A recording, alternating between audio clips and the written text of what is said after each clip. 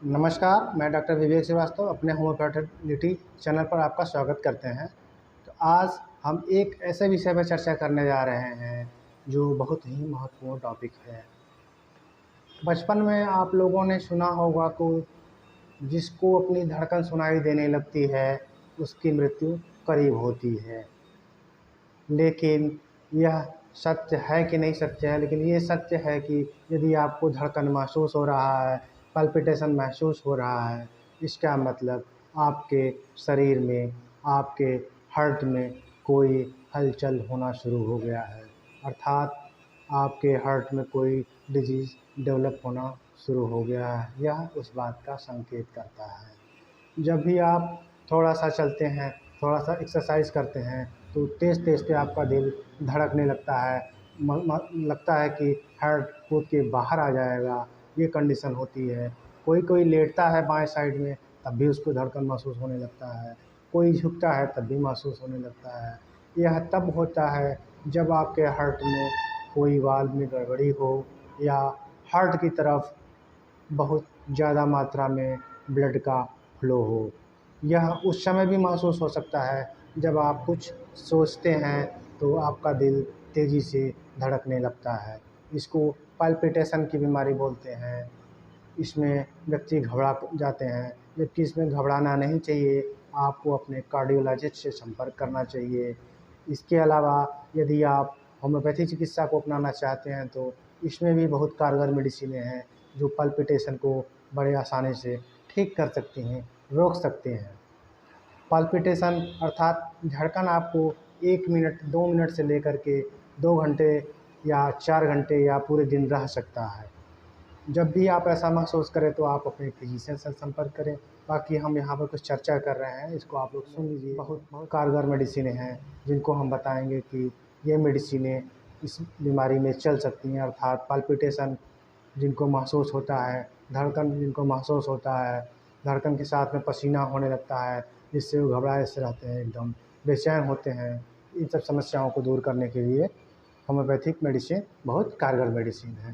तो इस मेडिसिन को हम बताएंगे कि कैसे लेना है और कौन सी मेडिसिनें हैं, लेकिन पूरी जानकारी कर लीजिएगा तभी। ये नहीं कि आधा वीडियो सुने आप और भाग लिए कि हम तो जान गए, हम डॉक्टर हो गए। ऐसी कोई बात नहीं है। आपको जानकारी के तौर पर हम बता रहे हैं, आप इसको जानिए।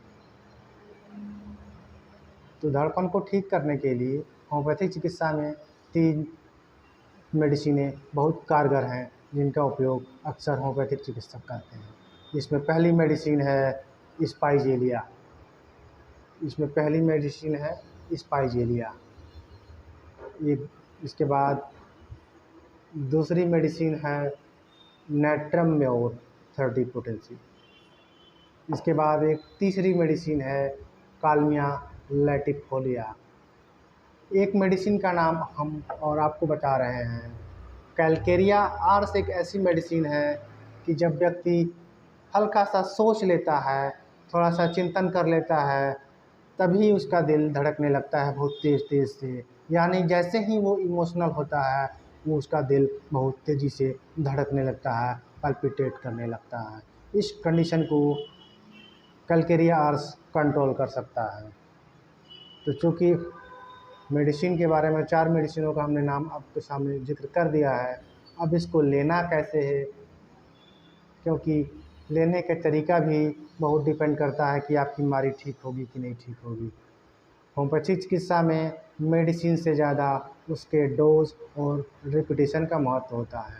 इसलिए कौन सी मेडिसिन कितनी मात्रा में कितना डोज लेना है, यह बहुत ही इम्पॉर्टेंट है। इसमें से कोई भी गड़बड़ हो तो फिर आप कोई लाभ नहीं अर्जित कर सकते इस मेडिसिन से। इसलिए अब इसका हम डोज बता रहे हैं कि क्या डोज चलता है अमूमन। इन दवाओं को जब भी लीजिए आप सीधे ड्रॉप में नहीं लेना होता है, इसको आप ग्लोब्यूल से बनवा के रखिए। यदि ऐसा फील होता है तो इन मेडिसिनों का सेवन किया जा सकता है। जब भी लेना होता है, इस मेडिसिन की केवल 2 गोली अपने जीभ पर रख कर इसको चूसना होता है। यह बहुत तेज़ी से काम करती है, लेकिन कोई भी मेडिसिन लेने से पहले आप किसी फिजिशियन से परामर्श अवश्य करें। अपने आप डॉक्टर बनने की कोशिश ना करें। आप अपने ये भ्रम मत पालिए कि होम्योपैथिक मेडिसिन नुकसान नहीं करती, केवल फ़ायदा करती है। ऐसा कुछ भी नहीं है। होम्योपैथिक मेडिसिनें बहुत खतरनाक भी होती हैं। यदि आप इसको सही ढंग से, सही डोज़ में, सही पोटेंसी में नहीं लेते हैं तो ये आपके लिए घातक सिद्ध होता है। इसके साथ में कुछ परहेज़ करना होता है, हम वो बता रहे हैं। परहेज़ भी कर लीजिएगा, जिससे कि लाभ और अधिक मिलेगा। तो खट्टी चीज़ें और लहसुन प्याज़ नहीं खाना होता है इस मेडिसिन के साथ में। कोई भी मेडिसिन जब आप होम्योपैथिक ले रहे हैं तो उसके आधे घंटे पहले कुछ नहीं लेना होता है, कुछ नहीं खाना होता है, और खाने के आधे घंटे से 45 मिनट बाद तक कुछ भी नहीं खाना होता है। तो हम आशा करते हैं कि यह वीडियो आप लोगों के लिए लाभप्रद होगा, क्योंकि आपको जो इन्फॉर्मेशन हम दिए हैं वो बहुत ही महत्वपूर्ण है। यदि वीडियो अच्छा लगे तो आप लोग लाइक सब्सक्राइब कर लीजिए, जिससे कि ऐसे ही महत्वपूर्ण वीडियो हम लाते रहें, जिससे कि आप लोगों को जानकारी मिलता रहे और आप अपने हेल्थ के प्रति सचेत हो सकें।